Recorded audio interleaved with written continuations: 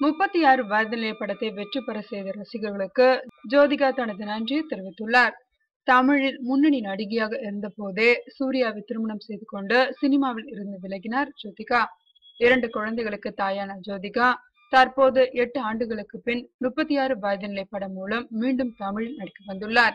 8 ஆண்டுகளுக்கு பின் மீண்டும் ஜோதிகா படம் என்பதாலும் பெண்களை பற்றிய கதை என்பதாலும் இப்படத்திற்கு மக்கள் மத்தியில் நல்ல வரவேற்பு உள்ளதா.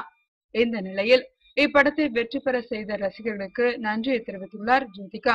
இது தொடர்பாக சூர்யாவின் ட்விட்டர் பக்கத்தில் அவர் கூறியிருப்பதாவது: பெண்களின் முன்னேற்றத்தை கொண்டாட விரும்பும் ரசிகர்களின் பேராதரவுடன் இந்த திரைப்படம் வெற்றி பெற்றிருக்கிறது. நான் உங்கள் முன் இன்று பெருமையுடன் நின்று கொண்டிருக்க காரணம் ரசிகர் பெருமக்களாகிய நீங்கள்தான். உங்களில் ஒவ்வொருவரும் இந்த படத்தை ரசித்திருப்பீர்கள். பெண்களின் வெற்றியை நீங்கள் போற்றுகிறீர்கள். அதனால்தான் இப்படத்திற்கு இவ்வளவு ஆதரவு கிடைத்திருக்கிறதா. சமுதாயத்தில் இனி பல வசந்திகள் தங்கள் லட்சியங்களை வெல்ல முன்வருவார்கள் என்று நான் நம்புகிறேன்.